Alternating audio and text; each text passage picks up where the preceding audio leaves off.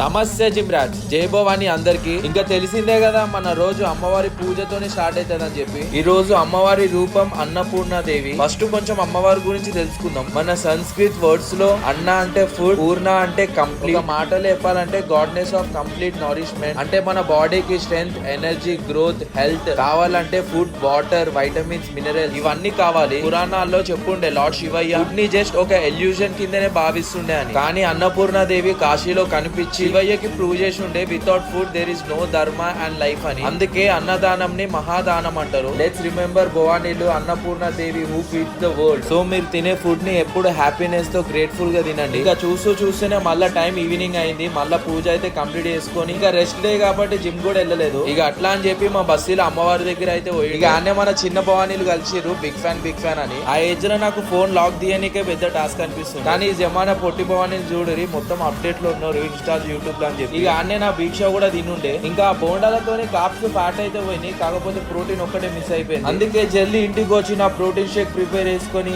తాగేసిన. సరే మళ్ళా పోయొస్తా. జై భవాని.